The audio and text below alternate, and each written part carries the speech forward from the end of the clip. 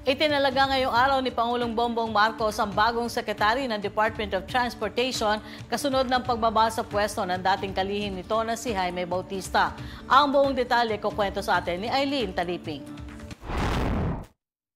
Itinalaga ni Pangulong Ferdinand Marcos Jr. si Vivencio Vince Bringas Dizon bilang susunod na kalihim ng Department of Transportation epektibo sa February 21, 2025. Ayon kay Executive Secretary Lucas Bersamin, binigyan na ng go signal ng Office of the President si Dizon na simulan ang transisyon sa DOTR at koordinasyon sa team ni Secretary Jaime Bautista. Nagbitiwan niya si Bautista dahil sa isyong pangkalusugan, subalit hindi na nagbigay pa ng dagdag na detalye ang kalihim. Si Dizon ay isang ekonomista at consultant at naging presidente ng Bases Conversion Development Authority sa ilalim ng Duterte administration. Nagsilbi rin si Dizon bilang dating presidential advisor on the flagship program and projects sa Duterte administration at deputy chief implementer ng National Action Plan laban sa COVID-19.